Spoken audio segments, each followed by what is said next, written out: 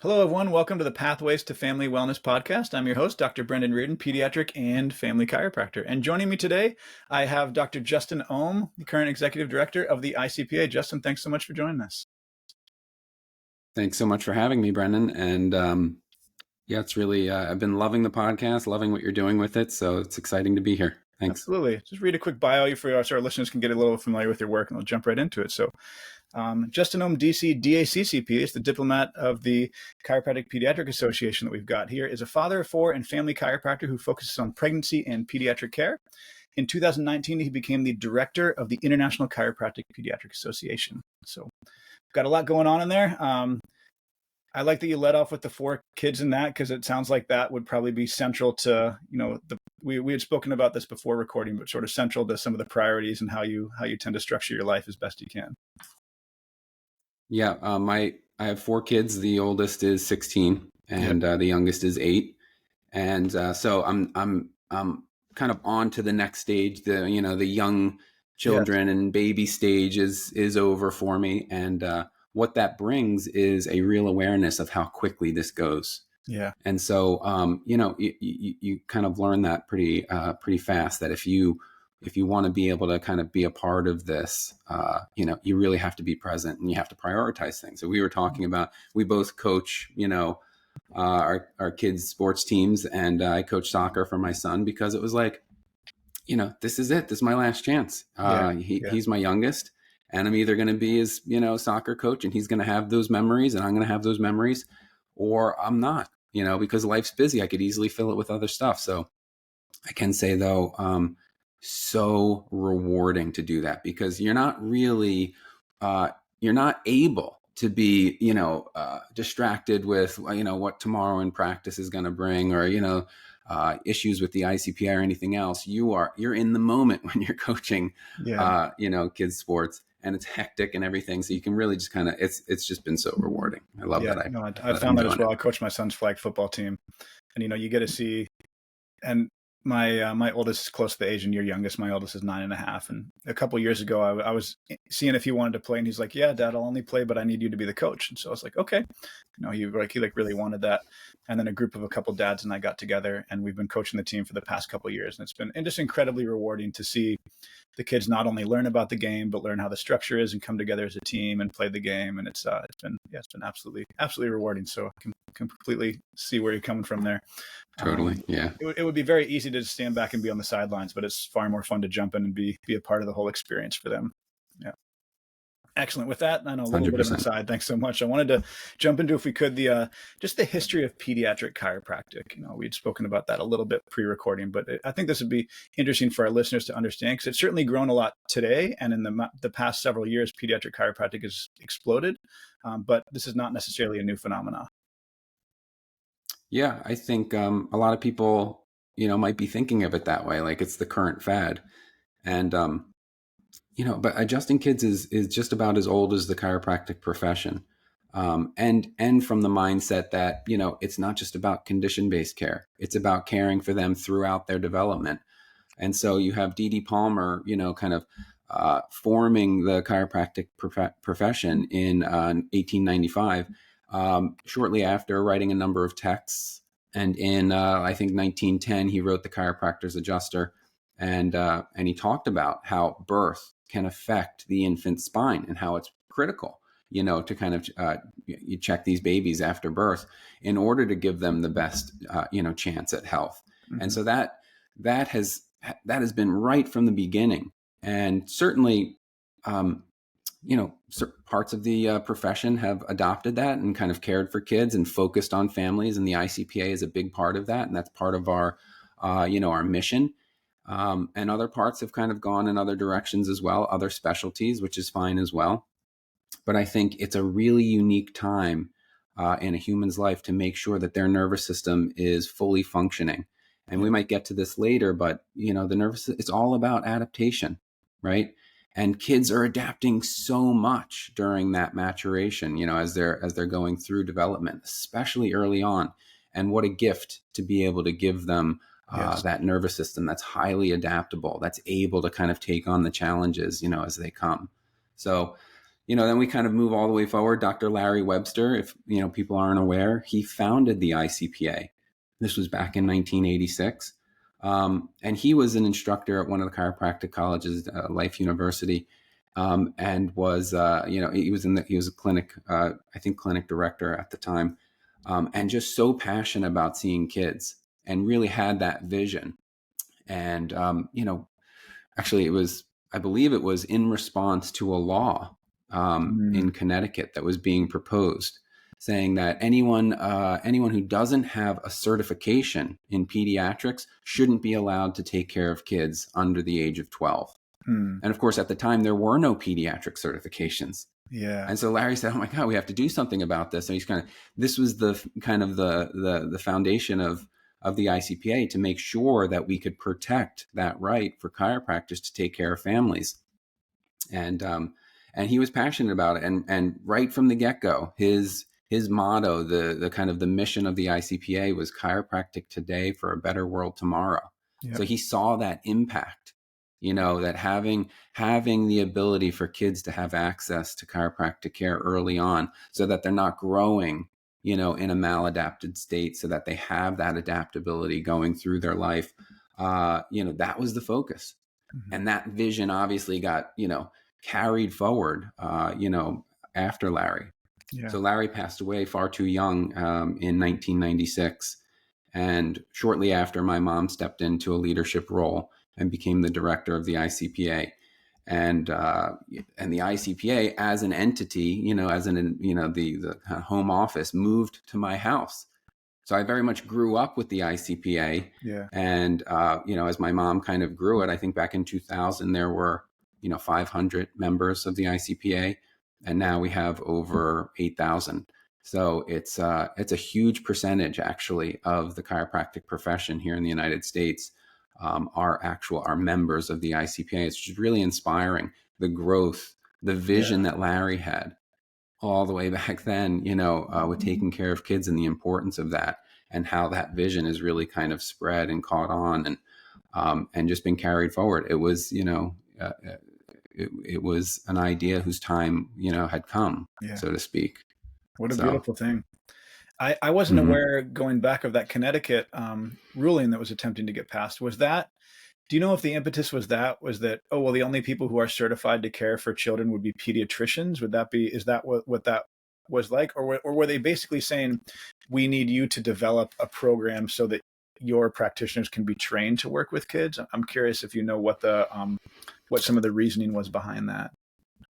I think it was basically kind of a more medically minded, legislative action that was trying to kind of push chiropractic out of the realm of family care, what we call now salutogenic care, which we can talk a little bit about later, and into kind of boxing it more into a condition-based, practice. Yeah. And that was one way to do it. Oh, there is no certification in pediatrics, and that's going to be arduous and time consuming to set up. So this will, help us shift the direction of the practice of chiropractic, at least in that state, which then, as you know, that could kind of spill over to other states, and and a trend could start. So it was an important kind of gesture and move for Larry to kind of step in there and build that momentum. Oh yeah, absolutely. And obviously that law never came to fruition. Yeah. Amazing.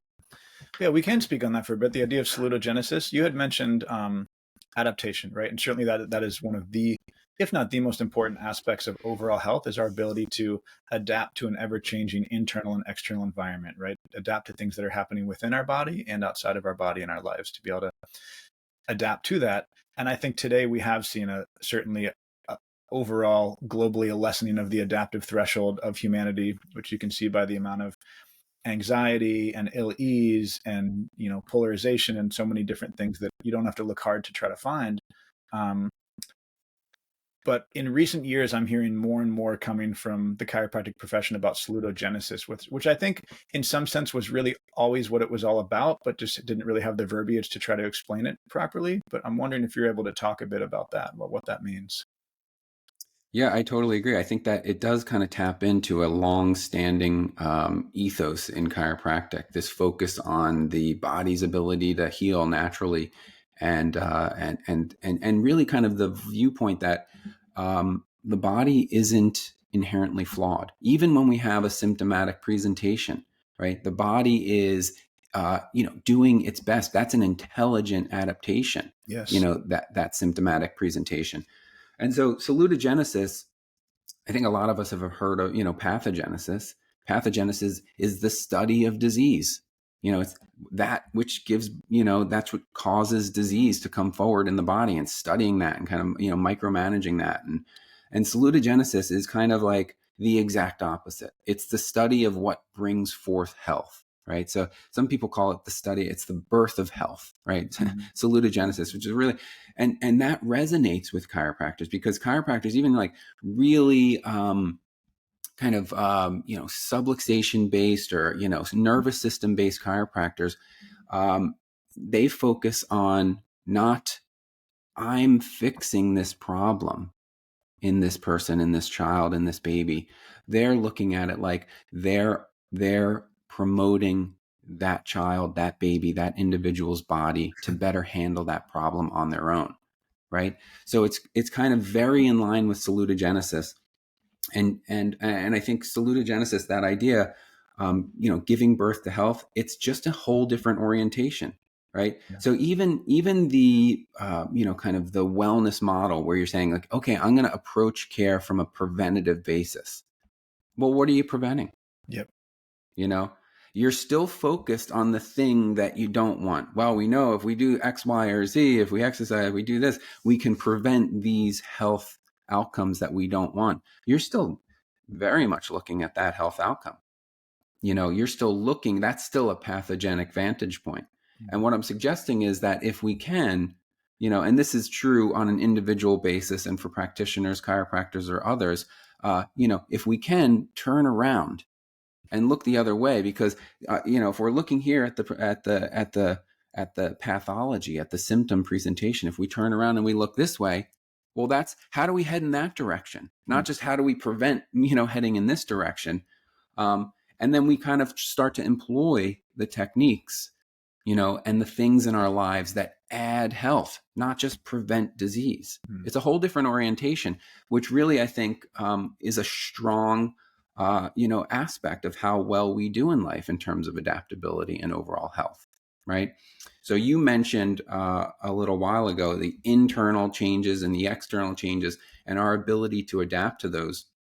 And I recently kind of, dug a little deeper with salutogenesis, and they talk about this internal locus of control and this external locus of control. And I just felt this was so relevant to today's world. Internal locus of control. If you have an internal locus of control, you're basically saying to yourself, I'm in control of my life. I have the reins. I'm steering this ship, right? Whereas if you have an external locus of control, you're saying someone else, something outside of me is more in control of my life, and my actions or successes are not necessarily rewarded. It's kind of random. Yep. There's a he even mentions this idea about powerful others. Just a mindset that something else is kind of controlling us. Yep. Making the decisions that impact our lives. That those decisions don't lie within us. They someone else is kind of in charge, right? And I think that's so relevant because you can have people. You can have very naturally minded people. People that really gravitate towards a salutogenic mindset. But they might still allow themselves to have that perception that, a powerful group of others is controlling things. You know what I mean? Yeah. That the world is being affected by, that their world, their reality is contingent on stuff outside of them, when so much of it is our perception and how we, can internalize and take control ourselves. I just thought that was, really poignant to the time. And here's the other thing. Like, if you have an external locus of control, let's say you have a belief in a higher power or God, or, a religious belief. That's an external locus of control, but that external control is a benevolent one. Yes. Right? So that benevolent external control, that can actually increase our salutogenesis, our sense of coherence with our environment. So it's interesting. You can kind of end up along anywhere on this, continuum, and it's more, is this happening to you in a threatening way? Yeah. Right? I mean, you could be all the way on this side, like internal locus of control, full liberty. But if you have that perception that stuff's happening to you and it's out of your, oh my gosh, the government, or this election, or, whatever else is happening, you're giving up your power, and it's decreasing your sense of coherence and your salutogenesis, and you're losing sight of the benefit of that internal locus of control, and vice versa. So it's kind of, it was an interesting aspect of salutogenesis, but yeah, I agree with you. That was an idea. It came from Aaron Antonovsky, who was not a chiropractor. He's a sociologist, I believe, who kind of started to look, why aren't we studying health? We're only studying disease and sickness. Yeah. And so this is a cool part for the ICPA, because this directs a lot of our research, which is very contrary to most research. It's actually quite challenging to conduct research in a salutogenic fashion with that orientation, right? You're no longer asking, okay, when you go to the chiropractor, do you see a reduction in these symptoms? That's pathogenic. You're in fact going the other way, and you're saying, what are the quality of life improvements you've noticed after getting under chiropractic? And so quality of life, sense of coherence, these are metrics that are much more in line with the salutogenic based research. Yes. And it's interesting, a lot of the preliminary research that we've done at the ICPA, using our practice-based research network, which is kind of, utilizing that large membership base that we have, and saying, okay, can you institute these research programs in your practice? And now we're getting, data points from all over the country and all over the world, rather than just holding a study in one person's, office. So it's really a higher level, kind of research paradigm. But bringing that in and asking these questions about, sense of coherence improvements and quality of life improvements, we're seeing strong correlation with getting under chiropractic care, specifically at an ICPA chiropractor's office. And sustained, which I think is important as well, right? So we're talking more than just like this is a one-off, I'm going to see how this works for me, but rather this is more of a lifestyle choice, right? Absolutely. And that was kind of the aha finding, with some of these studies that we've recently published, because it wasn't, you can have improvement in your symptoms, right after that first visit. And a lot of people do, and that's great, but you really don't start to see an increase in sense of coherence and quality of life until you've been under care for, 15, 20 visits. Wow. And it starts to kind of change it's changing your perception. It's changing your adaptability in your environment, which really goes back to Larry Webster and, his initial vision for this organization, which is chiropractic today for a better world tomorrow. Imagine if we can impact people's adaptability, and bring that more to the forefront. So the research is showing that now. Yeah. Now, what is sense of coherence for our listeners to understand that? I mean, what is, like, I guess, sense of coherence? You're basically looking at, how well you relate to your environment, how well how comfortable are you in your own skin, and how well you relate to your environment.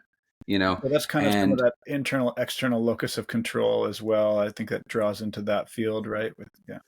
100%. 100%. And what's, in terms of, pregnancy, if we shift kind of, to one stage before pediatric care, which was, a huge push with the ICPA when my mom stepped in as director, saying, okay, yes, taking care of babies is hugely important. How can we make it so that they have an easier time at birth, so that they are not suffering, that trauma in the birth process, being pulled and yanked in different positions? How can we kind of support a natural, healthy pregnancy? So that's an easier kind of entry into the world. And maybe it's not critical based chiropractic care, like, oh my gosh, Yeah. these kids are, in tough shape. But what we're seeing with sense of coherence in pregnancy, right, is if you have a low sense of coherence, and we can measure that using quality of life questionnaires, you have a much higher rate of intervention during pregnancy.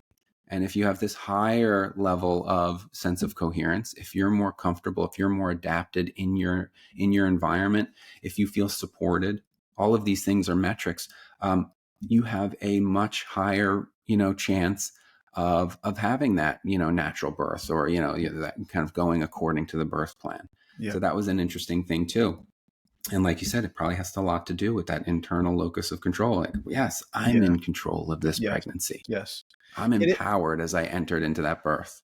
It's a fascinating concept. And I think when you had mentioned the idea of like how much control we have, I think some people might think that is like you're grasping tight to this idea of control, but I see it more as like the flexibility of us to handle an ever-changing environment, right? So like, it's true that what happens outside of us, we can't control a lot of what's going to happen in terms of big government, politics, election, whatever trail you want to go off on, but we can handle a lot how we respond to that and how our nervous system adapts to that, which is then gonna have a profound effect in how our internal physiology responds to that event, right? You and I could perceive an identical event, but based upon our sense of coherence, our adaptability, have a very different response in terms of what that looks like in our nervous system and then in our bodies and our lives. Yes, 100%. And I think that's how I try to frame care in practice. Yep. It's all about adaptability. So if a pregnant mom comes in during her pregnancy, that pregnancy is kind of like, oh my gosh, it's the most perfect example of this intelligent adaptability that your body's able to go through. And then the birth process is obviously kind of the culmination, of that kind of brilliant design and that adaptability in the body. And then, so I think mom kind of gets that to a certain extent. And then after the birth, it's like, I wonder, I've been hearing about having a baby checked out after birth. What's that about? And what I don't want to do is, introduce shame in any way. Yeah. That could be kind of tied back to the birth outcome, like how things went, because mom's going to internalize that. She's going to carry that birth, like, oh my gosh, this is my fault that my baby It's like, it's not about fixing a problem. Most of the time, I mean, okay, sometimes, there's some major stuff that can be going on with a newborn, but I think the better way to look at care for an infant, for a newborn, right? Like, oh, what? Oh my gosh, you're bringing your brand new baby to the chiropractor. What's that about? And the way I kind of, talk about that is, your baby is adapting to their environment, just like you adapted to your environment throughout the pregnancy. Your baby was adapting to their environment when they were in utero, right? And some of maybe the tension and the alignment stuff that you had in the pelvis, that could have been affecting the baby. They had to adapt to that. It's not wrong. It's not a wrongness that they adapted to that. It's everything was, that's what they're built to do. They're built to adapt. Now they're on the outside. And we have a side that we hold them from, more comfortably. And maybe they sleep in a co-sleeper on one side. They're adapting to these routines now, And so it's kind of like, if you get a brand new, plant in a pot, nice little baby plant, and you put it in the window and you don't touch it, it's going to adapt to that environment. It's going to grow towards the window, and that's so cool that it does that. It knows how to do that. But, I don't look at it like we're treating the plant. If I occasionally go in there and adjust the position of that plant, Yes, I'm just offering variety to that adaptation response. Does that make sense? I'm just moving that plant and saying, okay, no longer is the light source just over here. Sometimes it's over here. And the plant's like, whoa, I can't go off in this direction and expect to be adaptable in this environment. This environment is dynamic. It's changing. I need to be more adaptable. I need to have leaves facing this way and this way. If you took that plant and it was grown off to one side and you say, okay, you're big enough now, I'm going to plant you outside. I'm going to put you in the ground. and it's off to one side. Is that plant more or less adaptable in that new dynamic outdoor environment, right? Yeah. It's very much less adaptable. It's like, oh my gosh, now the wind and I'm tilted over. And if we could have gone back and just had a little forethought and said, okay, yeah, this plant or this newborn baby is going to adapt to their environment. And I have the opportunity here to kind of like check in and see, is there adaptation? Is there stress on this master system, on this nervous system that's adapting in one way or another for whatever reason? Not that that's wrong, but can I in fact offer a variety? Can I offer, stimulus to the nervous system that changes that offers that dynamic environment, right? It's almost like you're taking kind of an accumulation of the stressors and the adapters that we're exposed to. And you're just, you're occasionally just wiping the slate clean. Yeah. Okay, go ahead. Now you can keep adapting, but in a more kind of healthy way, instead of continuing down a path. It's like you're brought back to, balance. That's a really neat analogy. That tends to resonate. And that's, I think, helpful too, especially for dads, because we're both dads. And it's hard. I don't think dads really resonate with the idea of like something's wrong and we have to fix this in your child. Yeah. And that's certainly not my objective. That's not my orientation. Kind of, I'm looking that way, in the salutogenic direction. But I bring that up because dads are often, moms are like, whatever. Yes, I want my baby to have, they're the nurturers, right? And dads have a bit more skepticism. Which is healthy. And I think that's a strong balance to have, in the parents, that dichotomy. So I'm not discounting that. But I think talking about things in terms of adaptability, about like, oh, okay, chiropractic, nothing's wrong with my child. Yeah. We're not fixing something that's that's gone awry. No, we're just giving my baby an advantage. That's appealing. I'm looking to give, that's why I'm coaching. Yeah. I'm looking to give my child an advantage, more attention, more focus. Yeah. So that's just a cool kind of dad side. Yeah. And it's a neat thing, right? Like something that I really enjoy about the training the ICPA offers is that it's one thing to clean up a mess. And like, I think it's good to know how to clean up a mess, but it's a whole lot easier to keep things moving forward without the focus on the mess necessarily in the salutogenesis, right? So like we're in a lot of the ICPA training, we do learn how to, in certain instances, if there is a bit of a mess, how to clean that up a bit. And that's an important skill set to have. But it's also neat to be able to understand how to take the focus away from the mess and promote overall health in general. And I think, the ICPA does both of those, which is great in some of the trainings they offer. And it is an interesting point about the dads coming in. We do see that more. And I've noticed this is kind of an aside in our practice. I practice with my wife, and I've noticed that it's an interesting thing where the dads seem more comfortable with me explaining things and working on their baby than they do with my wife sometimes. And they'll usually even sometimes give her a hard time and almost never give me a hard time. And I think it's almost like for them, they need to see that this is normal for another dad to be able to explain this and talk about, look, this isn't just something where this is, the mom's getting together and making the choice. The dads are doing this too. And this is a very normal thing for your baby. It's not because your baby's broken. This is just for optimal health and development. Or sometimes dads are very focused on optimal performance as well, right? So that's the thing that usually a lot of dads are oh yes, we definitely want more performance. That's something that I think dads really can attach themselves to as well. Yeah, they really resonate with that message. And so I think, that's a really kind of cool play. Obviously, I grew up, both my parents are chiropractors. So I grew up in that environment where there was, my dad and my mom, two different kind of options in practice. And that's a real cool thing to have in practice. For years, I was solo. Now, more recently, I have an associate, and she brings that dynamic as well, I think, which is really cool to see in practice. You have a certain, oh gosh, I don't know. Are people going to be comfortable not seeing me? It's like, Actually, some people prefer Yeah. to see, you know what I mean? Because they resonate with more of a feminine versus more of a masculine. And I think that's a really great, Yes, variety to have in absolutely. practice for people. Yeah, I think that's, largely our practice as well, which, most of the people seem to prefer my wife. Every now and again, they'll prefer me, and I get really excited about that as well. I'm like, oh, somebody for Yes. me as well. But I wonder if we can speak a little bit more transitioning into some of the role what the ICPA offers in terms of training, some of what that looks like, how that's evolved over the years to fit more of a salutogenic type of model as well.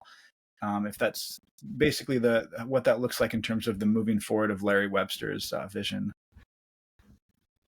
Yeah, I think Larry, someone just sent me a couple weeks ago, a chiropractor down in Georgia sent me a DVD, and it's of a recording. Obviously, it was transferred from probably, a camcorder.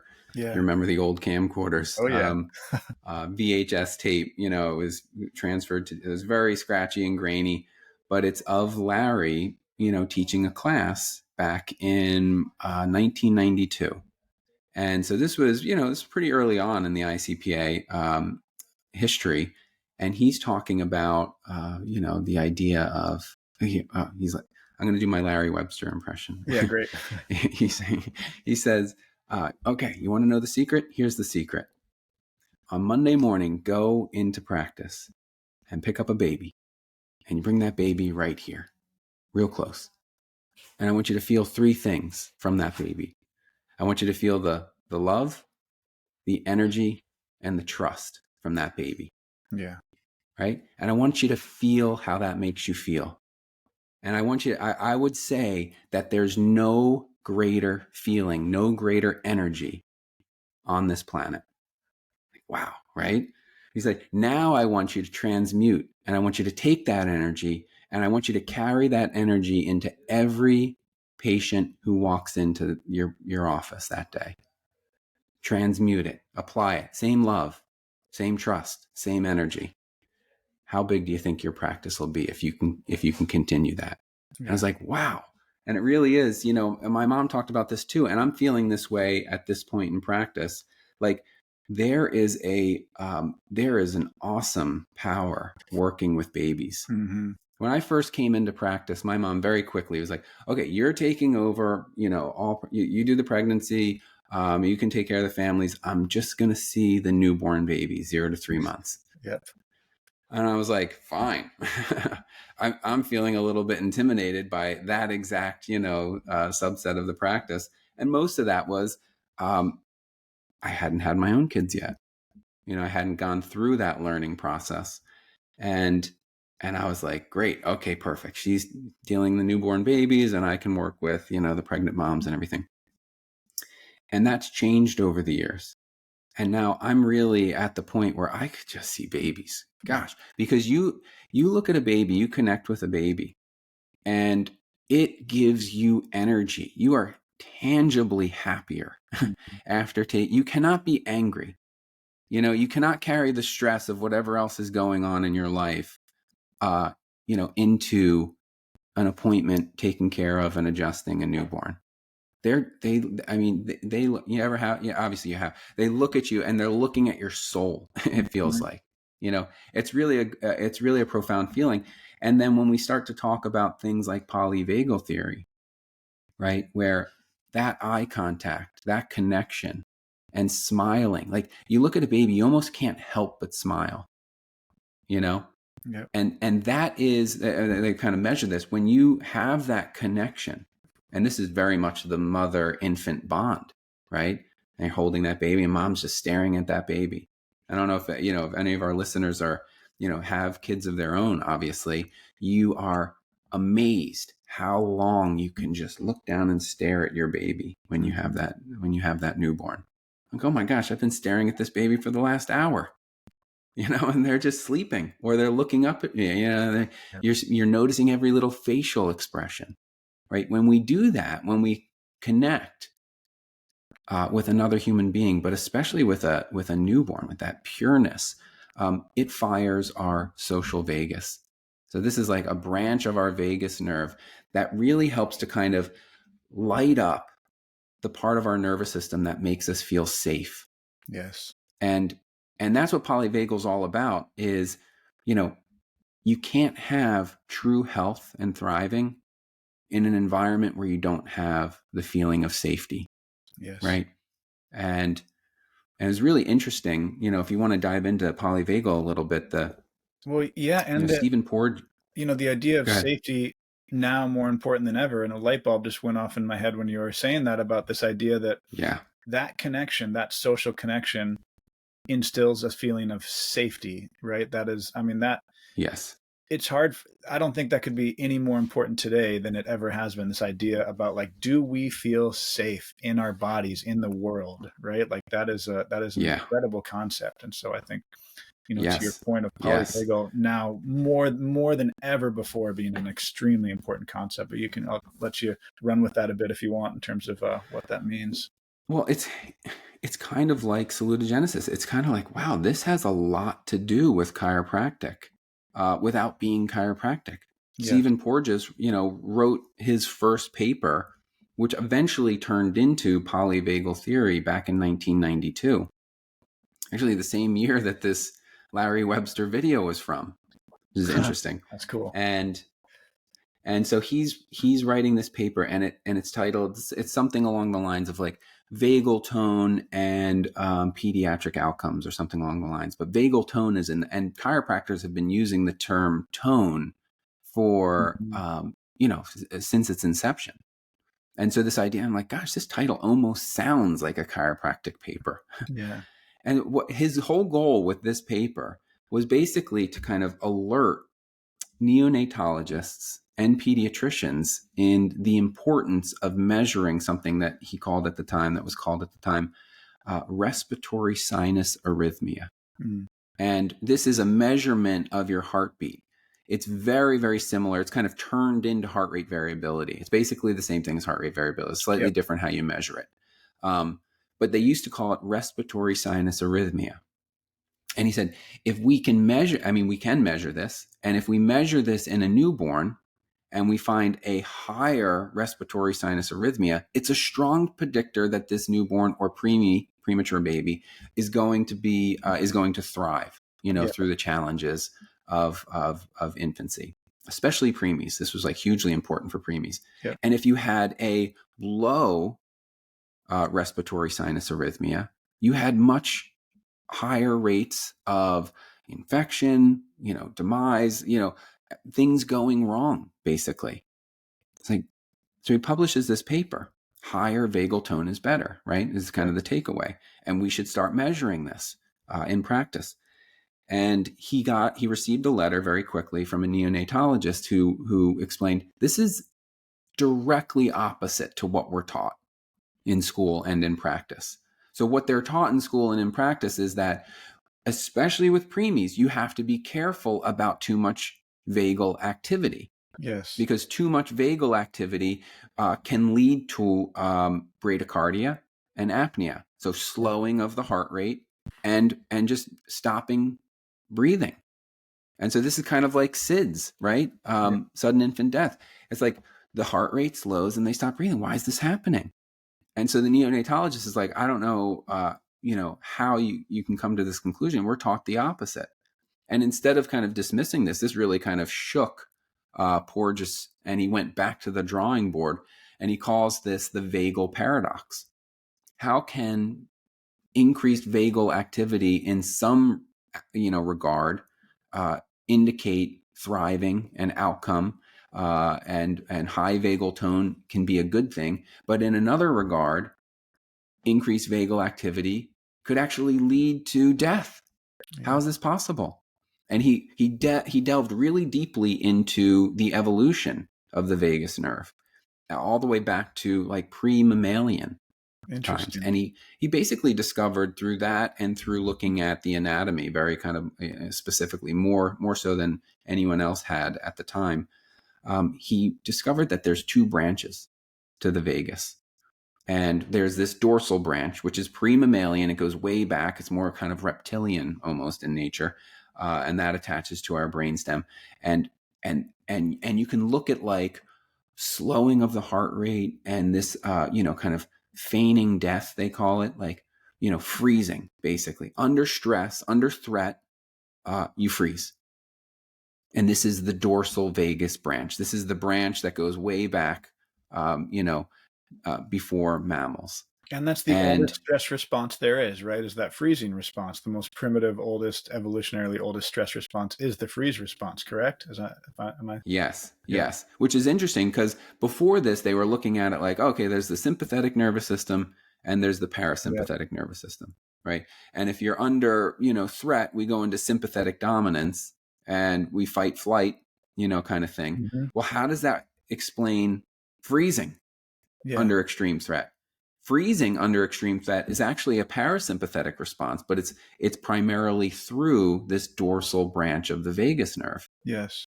And then you have the much more recent mammalian, but very much more developed in humans and hominids, primates, because we recognize facial expression. You have this ventral branch. And so this is called, and he coined the term, the social branch of the nervous system. So it's a very uniquely human thing, but it's the highest level. So we have kind of the social branch up top, and then we have a sympathetic response below that, and then we have this parasympathetic shutdown response of the dorsal vagus. Yes. And these are the three ways that we can kind of find ourselves. A lot of people, like you mentioned, are stuck in a sympathetic dominance, in that high anxiety kind of, it's hard not, there's so much stimuli, there's so much doom and gloom.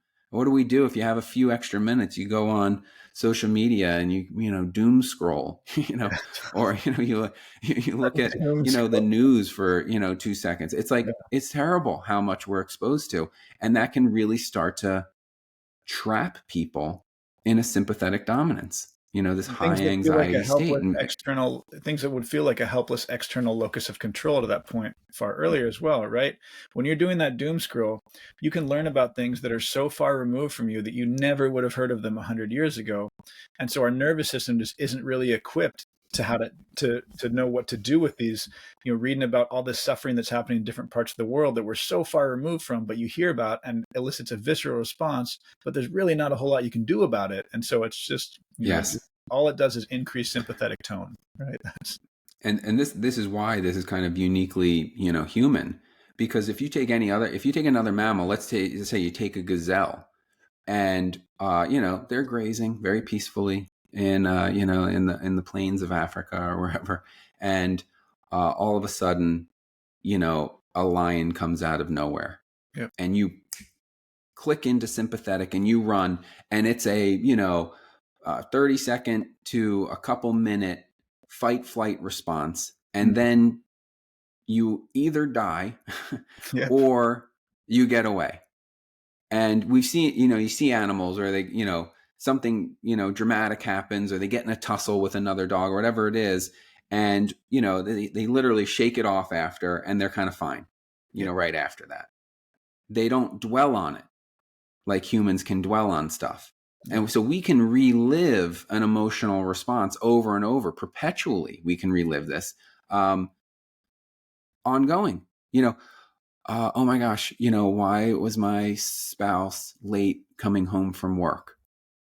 And you can dwell on this, and you can spiral yourself into a chronic anxiety state. That's uniquely human. Yes. And, these systems they're not designed to live in sympathetic on a perpetual basis like this. Mm-hmm. And like you say, the exposure that we're getting now as humans, to the drama, to the craziness of everything that's going on in the world, it really helps to keep us there.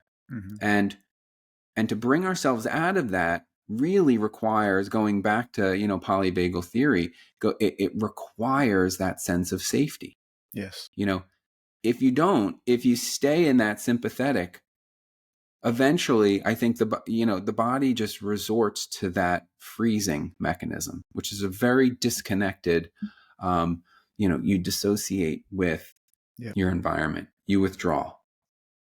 And that's not a safe place to be. That's where depression is. That's where suicide is. That's a very dangerous place to be. Mm-hmm. And we have a lot of people in sympathetics. And from what I understand, we have higher, suicide rates now than we have in a long time as well. And it's a product of this constant bombardment of stress and this lack of safety. And it's very difficult to feel safe right now because things are changing so rapidly. And we're not sure what the world's going to look like in, 5 years or 10 years. What's around the corner? It feels like something's coming, and it's true. I feel that too. We have that perpetual, and this is kind of the importance to bring it all the way back to the beginning. If we, talk about coaching soccer, you're forced to be in the moment. Holding a baby, that's holding a baby, yeah. Like Larry Webster said, and opting in practice, God, it's such a gift that I'm able to kind of have that exposure to my nervous system. That's hopefully that adjustment is healing for that baby, but I know it's healing for me. Yeah. And that's the impact of being a pediatric and a family chiropractor. It's like you get to impact people in your community. You get kind of raise up the adaptability of the families that come in to your practice, but you increase your own adaptability. Yeah. Right. It's really a gift. So it's such a beautiful thing. I feel that every day with all the babies we work on. I think to myself, I could work on nothing but those 0 to 3 months old all day long, and it is such a gift because the energy always goes both ways, right? I mean, these little babies, these perfect little beings, it's just incredible. Is there anything you'd like to leave our listeners with in parting? Well, I just think, we got a little doom scrolly there at the end. Yeah. And it is hard. And I know there's a lot of people out there that are, struggling. Yeah. And times are tough. And I guess, it reminds me of a quote. I think it was Mother Teresa who said, if you want to change the world, go home and love your family. What a beautiful thing. And that is like, wow, if you can focus on yourself first and your family next. Yeah. And then if you have more to give, you can focus on your community. Yeah. And then if you can go beyond that, great. But goodness, focus on yourself, focus on your family, and that really is kind of that is the goal of the ICPA, and kind of moving the world in this direction of increased adaptability and having a nervous system that's fully functioning. And yes, change is coming in the world, and also, greatness is coming and beauty is coming, and we can focus beyond that feeling of impending, crisis. And we can look beyond that and say, yes, after the winter is the spring, and what a beautiful thing to look forward to. So I'm focused on the spring. I know you're focused on the spring, and being present with my family and being present with newborn babies in practice helps me do that. And I suggest everyone has that outlook. What a beautiful thing. Thanks so much, Justin. Appreciate you taking the time. All right. Take care, everyone. We'll see you next time. Thanks.